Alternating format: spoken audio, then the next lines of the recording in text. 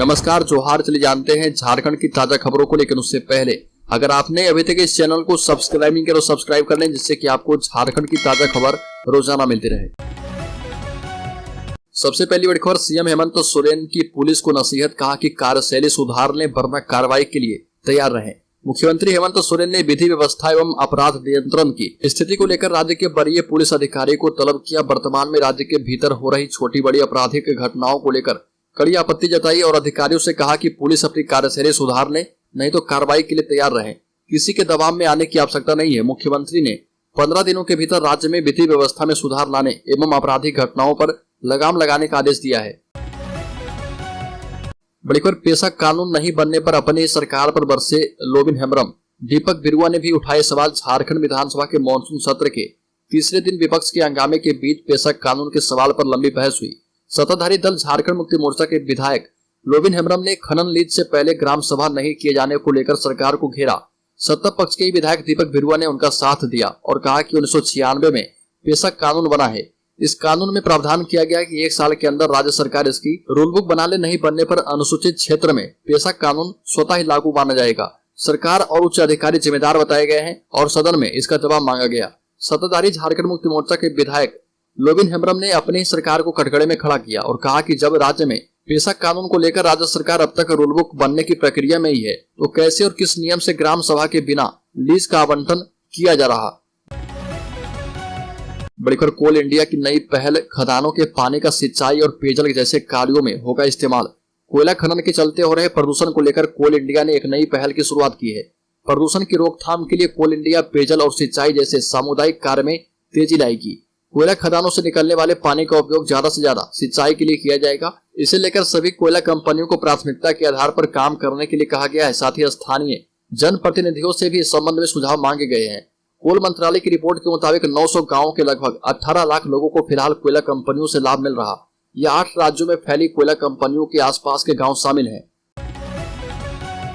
बड़ी खबर, राज्य में संगठित आपराधिक गिरोह के खिलाफ झारखंड एटीएस की कार्रवाई। 2 माह में 5 गिरोह के 19 अपराधी गिरफ्तार। झारखंड में सक्रिय संगठित आपराधिक गिरोह के खिलाफ झारखंड एटीएस की कार्रवाई लगातार जारी है। पिछले 2 महीने के दौरान झारखंड एटीएस की टीम ने 5 आपराधिक गिरोह के 19 अपराधियों को गिरफ्तार करके जेल भेजा है। इस दौरान एटीएस की टीम ने राज्य के अलग अलग जिलों में करीब 300 से अधिक ठिकानों पर छापेमारी की है। बड़कागांव विधायक प्रतिनिधि की हत्या में शामिल भोला पांडे गिरोह के 2 कुख्यात अपराधी सुशील कुमार सिंह उर्फ बाघा और मोहम्मद इरशाद को एटीएस ने अरेस्ट किया है। झारखंड पुलिस के लिए सिरदर्द बना श्रीवास्तव गैंग का सरगना अमन श्रीवास्तव को एटीएस ने मुंबई से उठाया है और एटीएस ने रांची पुलिस के सहयोग से रांची के बरियातू स्थित होटल डीएन ग्रांड में छापेमारी करके पांडे गिरोह के अपराधी सुधीर कुमार उर्फ टप्पू, सुबोध कुमार साहू सहित कई अपराधियों को गिरफ्तार किया है। बड़ी खबर, 1 सितंबर से विद्यालय का खाना बनाना बंद करके हड़ताल पर जाएगा झारखंड रसोइया संघ। मानदेय समेत 5 सूत्री मांग को लेकर झारखंड रसोइया संघ झारखंड विधानसभा स्थित कूटे मैदान में धरना दे रहा। मांग पूरी नहीं होने पर 5 अगस्त से राजभवन के समक्ष धरना देकर मुख्यमंत्री एवं शिक्षा सचिव को ज्ञापन सौंपा जाएगा। धरना दे रहे लोगों ने बताया कि अगस्त माह में उनकी मांग पूरी नहीं की गई तो 1 सितंबर से विद्यालय का खाना बनाना बंद करके हड़ताल पर चले जाएंगे। इसकी जिम्मेदार सरकार होगी।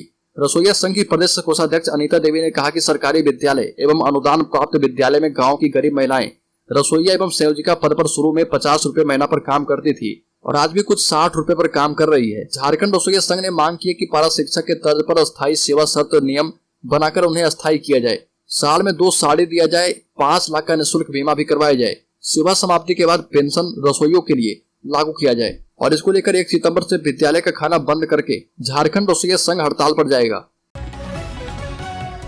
बड़ी खबर, राज्य में अवैध तरीके से चलाए जा रहे ई रिक्शा चालकों पर जिला प्रशासन कसेगा नकेल। बेतरतीब ढंग से किए जाते हैं सड़कों पर खड़े। रांची जिला प्रशासन शहर में अवैध रूप से चलाए जा रहे ई रिक्शा पर नकेल कसने की तैयारी में जुट गया है। अगस्त के पहले सप्ताह में ही किसी भी दिन अभियान चलाने की तैयारी है। अभियान के दौरान ई रिक्शा का इंश्योरेंस और चालक का ड्राइविंग लाइसेंस समेत अन्य कागजातों की जांच की जाएगी। रांची शहर के लिए सिर्फ 3000 ई रिक्शा को ही परिचालन की अनुमति मिली है, जबकि शहर में 7000 से भी अधिक ई रिक्शे सड़कों पर चल रहे हैं। जांच के दौरान दस्तावेज सही नहीं पाए जाने पर ई रिक्शा जब्त किया जाएगा।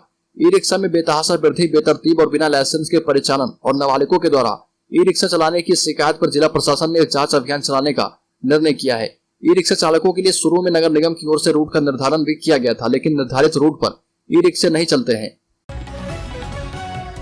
बड़ी खबर झारखंड मुक्ति मोर्चा के विधायक लोबिन हेम्ब्रम ने अपनी सरकार पर सदन के अंदर जमकर हमला बोला और आरोप लगाया कि सीएम हेमंत सोरेन ने अपने पिता शिबू सोरेन को कैद करके रखा है। अपनी सरकार के खिलाफ आग उगलने वाले बोरियो के झारखंड मुक्ति मोर्चा विधायक लोबिन हेम्ब्रम ने मुख्यमंत्री हेमंत सोरेन पर गुरुजी शिबू सोरेन को कैद करके रखने का बड़ा आरोप लगाया। विधानसभा परिसर में सदन की कार्रवाई में भाग लेने पहुंचे लोबिन हेम्ब्रम का तेवर बदला बदला था। सदन के अंदर और सदन के बाहर अपनी सरकार के खिलाफ लोबिन हेम्ब्रम मोर्चा खोलते हुए नजर आए। सदन के अंदर पेशा को लेकर सरकार के द्वारा ड्राफ्ट पब्लिश किए जाने पर नाराजगी जताते हुए पूर्व विधायक ने इसे जनता को लॉलीपॉप देकर छलने का आरोप लगाया। बड़ी खबर राज्य के मुख्यमंत्री हेमंत सोरेन के खिलाफ अभद्र टिप्पणी पड़ा भारी। नोएडा से गिरफ्तार हुआ आरोपी। झारखंड के मुख्यमंत्री हेमंत सोरेन पर आपत्तिजनक टिप्पणी करने के मामले में रांची पुलिस ने कार्रवाई करते हुए आरोपी दीपक कुमार को गिरफ्तार किया है। दीपक की गिरफ्तारी नोएडा से की गई है, जिसके बाद उसे रांची लाया गया। झारखंड मुक्ति मोर्चा जिलाध्यक्ष के द्वारा गोंदा थाने में प्राथमिकी दर्ज करवाई गई थी। रांची झारखंड मुक्ति मोर्चा के जिलाध्यक्ष मुश्ताक अहमद ने अपने आवेदन में बताया कि ट्विटर पर राज्य के मुख्यमंत्री के खिलाफ एक अभद्र टिप्पणी की गई थी। सोशल मीडिया के ट्विटर पर 14 जुलाई को ये टिप्पणी हुई थी, जिस पर उनकी नजर पड़ी है, जिसमें मुख्यमंत्री के खिलाफ काफी अपमानजनक बातें लिखी गई।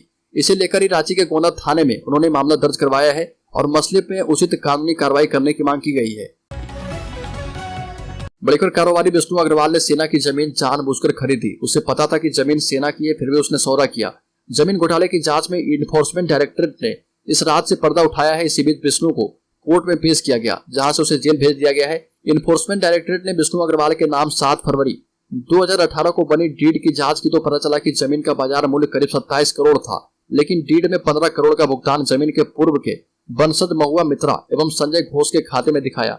ईडी ने जांच की तो पाया कि अग्रवाल ने 15 के बजाय महज 3 करोड़ का भुगतान किया है। यही वजह है कि ईडी ने इस मामले को मनी लॉन्ड्रिंग का केस माना है। बड़ी खबर राज्य के हजारीबाग जिले में मुहर्रम के जुलूस में लहराया गया विवादित झंडा।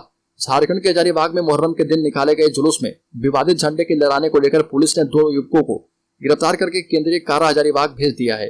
पुलिस ने राष्ट्रीय गौरव अपमान निवारण अधिनियम के तहत कार्रवाई की है। पकड़े गए युवकों में मोहम्मद फरहान एवं मोहम्मद आदिल दोनों ताजपुर निवासी शामिल हैं। इस संबंध में जानकारी देते हुए थाना प्रभारी शंभुनंद ईश्वर ने बताया कि मुहर्रम के दिन चांद तारे लगे हुए झंडे का वीडियो वायरल हुआ था।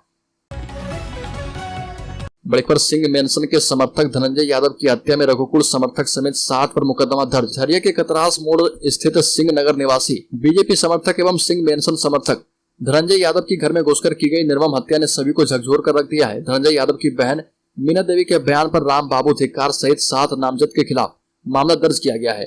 7 अपराधियों में राम बाबू धिक्कार, राजा धिक्कार, महेश यादव, सद्दाम अंसारी, कैलाश धिक्कार, रंजीत धिक्कार, बाबा धिक्कार थे। इस मामले में मुख्य आरोपी राम बाबू के प्रति हर किसी में गुस्सा देखा गया। कतरास मोड़ पर पोस्टमार्टम कर शव आने से पहले ही पुलिस चप्पे चप्पे पर तैनात थी। बताते चले कि धनंजय यादव और राम बाबू धिक्कार के बीच पिछले 7 साल से दुश्मनी चल रही थी। 2017 में धनंजय के घर के बाहर बम फेंका गया था। तत्कालीन इंस्पेक्टर उपेंद्र राय ने इस मामले में दर्ज कर राम बाबू धिक्कार सहित कई लोगों को जेल भेजा था। बड़ी खबर मुनाफा देने के मामले में देवघर एयरपोर्ट ने मारी बाजी। मुनाफा देने के मामले में पूरे देश में देवघर एयरपोर्ट 7वें स्थान पर आया है। विमान सेवा शुरू होने के मात्र 1 साल के बाद ही देवघर एयरपोर्ट ने कीर्तिमान स्थापित कर दिया है। केंद्रीय नागरिक उड्डयन मंत्रालय ने सूची जारी की है, जिसमें बताया गया कि देश का कौन कौन सा एयरपोर्ट मुनाफे में है और कौन सा नुकसान में है। इस सूची में मुनाफा देने वाले देश के टॉप 10 एयरपोर्ट में देवघर हवाई अड्डा भी शामिल है। देवघर एयरपोर्ट में 1 वर्ष के दौरान 28 करोड़ का मुनाफा हुआ है। मुनाफे के मामले में देवघर एयरपोर्ट ने रांची, पटना, दुर्गापुर और दरभंगा एयरपोर्ट को पीछे छोड़ दिया है। लोकसभा में डीएमके के सांसद एसआर पार्थिवन की ओर से पूछे गए प्रश्न पर यह जवाब दिया गया। बड़ी खबर अपराध नियंत्रण करने की दिशा में बड़ा कदम। झारखंड के इन 5 जिलों में सीसीटीवी लगाना होगा जरूरी। रांची रेंज के 5 जिले रांची, गुमला, खूंटी, सिमडेगा और लोहरदगा में निजी लोगों के द्वारा लगाए गए सीसीटीवी कैमरे की अब पुलिस मैपिंग करेगी। साथ ही जहां क्राइम कंट्रोल की दृष्टि से अपराधियों पर निगरानी रखने के लिए सीसीटीवी कैमरे लगाने की आवश्यकता होगी, वहां पर सीसीटीवी लगाने के लिए पुलिस धारा 144 के तहत नोटिस देगी। पुलिस यह कार्रवाई संबंधित जिला के डीसी, एसडीओ या नगर आयुक्त के माध्यम से करेगी। रांची रेंज के डीआईजी ने लिखा है कि सभी थाना क्षेत्र के दुकानों, मकान, बैंक, मार्केट, अस्पताल या एटीएम सहित अन्य संस्थानों में सीसीटीवी कैमरा लगा हुआ है, वहां की मैपिंग करना सुनिश्चित करें ताकि घटना होने पर अपराधियों की पहचान के लिए सीसीटीवी का उपयोग हो पाए। सभी थाना प्रभारी हाउसिंग सोसाइटी के अध्यक्ष और समिति के सदस्यों के साथ बैठक करके यह सुनिश्चित करेंगे कि हाउसिंग सोसाइटी के मुख्य गेट एवं अन्य स्थानों पर सीसीटीवी कैमरा लगाए जाए। सभी थानेदार बैंक के अधिकारियों के साथ सुनिश्चित करें कि बैंक और एटीएम के बाहर भी सीसीटीवी कैमरे लगाए जाएं। बड़ी खबर, झारखंड में 2000 रिक्त पदों पर आवेदन का अंतिम मौका। झारखंड स्टाफ सिलेक्शन कमीशन की ओर से 2025 रिक्त पदों पर भर्ती निकाली गई थी, जिसके लिए आवेदन की अंतिम तिथि 3 अगस्त 2023 तय की गई है। जिन उम्मीदवारों ने अभी तक Jharkhand general graduate level combined competitive examination के लिए आवेदन नहीं किया है, इसमें शामिल होना चाहते हैं तो वो बिना अंतिम तिथि का वेट करते हुए तुरंत ही आवेदन प्रक्रिया पूर्ण कर लें। इस भर्ती में भाग लेने के लिए उम्मीदवारों ने किसी मान्यता प्राप्त विश्वविद्यालय संस्थान से ग्रेजुएशन या इसके समकक्ष किया हो। इसके अलावा अभ्यर्थी की न्यूनतम आयु 21 वर्ष एवं अधिकतम आयु वर्गानुसार 35, 37, 38, 40 वर्ष तय है। आयु की गणना 1 अगस्त 2023 के अनुसार की जाएगी। बड़ी खबर, झारखंड में ड्रिंक करने से किया इनकार तो बियर की बोतल फोड़ी और पेट में घुसा दी। झारखंड के बोकारो जिले में एक युवक को दूसरे से बियर पीने से मना करना भारी पड़ गया। बियर पीने वाले युवक ने गुस्से में बियर की बोतल फोड़ करके उसके पेट में कांच घुसा दी। कांच की बोतल पेट में मारने की वजह से युवक मौके पर ही बेहोश होकर गिर गया। आनंद फानन में स्थानीय लोगों ने पुलिस को इसकी जानकारी दी, जिसके बाद मौके पर पहुंची पुलिस ने तत्काल इलाज के लिए घायल व्यक्ति को बोकारो भर्ती करवाया, जहां से उसे धनबाद रेफर कर दिया गया है। जानकारी के मुताबिक जिले के चास थाना क्षेत्र के रहने वाले युवक सूरज रवानी ने राजेश कुमार को बियर पीने को मना किया था। इस बात से राजेश गुस्से में आ गया और अपना आपा खोकर बियर की बोतल फोड़ करके सूरज के पेट में घुसा दी। बड़ी खबर, राजभवन और विधानसभा अध्यक्ष में विवाद। स्पीकर हिंदी भाषा पर अड़े रहे तो मानसून सत्र में पारित बिल भी फिर से अटक जाएंगे। मानसून सत्र में आधा दर्जन से अधिक विधेयक पारित होने हैं, लेकिन विधानसभा और राजभवन के बीच हिंदी और अंग्रेजी में विधेयक पारित कराने को लेकर विवाद यथावत है। स्पीकर रविंद्रनाथ महतो ने पहले ही कह दिया कि विधानसभा में मूल विधेयक हिंदी में रखा जाता है और इसी रूप में पारित होता है। ऐसे में विधेयक को हिंदी में ही राजभवन भेजा जाएगा। राजभवन चाहे तो अंग्रेजी में अनुवाद करा ले, क्योंकि हिंदी से अंग्रेजी में कुछ गलतियां हो रही है, जिसके कारण विधेयक वापस किया जाता है। अधिकारियों को भी विधेयक को हिंदी में विधेयक भेजने को कहा गया है। जानकारों का कहना है कि स्पीकर अपने स्टैंड पर अड़े रहे तो एक बड़ा संवैधानिक गतिरोध उत्पन्न हो सकता है। विशेषज्ञों के मुताबिक विधानसभा से हिंदी में पारित विधेयक को अंग्रेजी प्रति के साथ भेजने की अनिवार्यता है। बड़ी खबर, बासेपुर के फरार गैंगस्टर प्रिंस खान के 2 गुर्गे धरा गए हैं। वहीं गैंगस्टर प्रिंस खान के पिता मोहम्मद नासिर खान ने धनबाद की अदालत में सरेंडर किया एवं जमानत की अर्जी दाखिल की है। मुख्य न्यायिक दंडाधिकारी संजय कुमार सिंह की कोर्ट ने नासिर की जमानत अर्जी खारिज करके न्यायिक हिरासत में लेकर जेल भेजने का आदेश दिया है। बैंक मोड़ थाना में फहीम खान के बेटे जफर खान के द्वारा दर्ज कराई गई प्राथमिकी में नासिर नामजद आरोपी है। जफर खान के द्वारा आरोप लगाया गया था कि 3 मई 2023 उसके भाई इकबाल खान एवं नसीम खान उर्फ ढोली को गोली मार दी गई थी। इस घटना में ढोलू खान की मृत्यु हो गई थी, जबकि इकबाल गंभीर रूप से घायल हो गया था।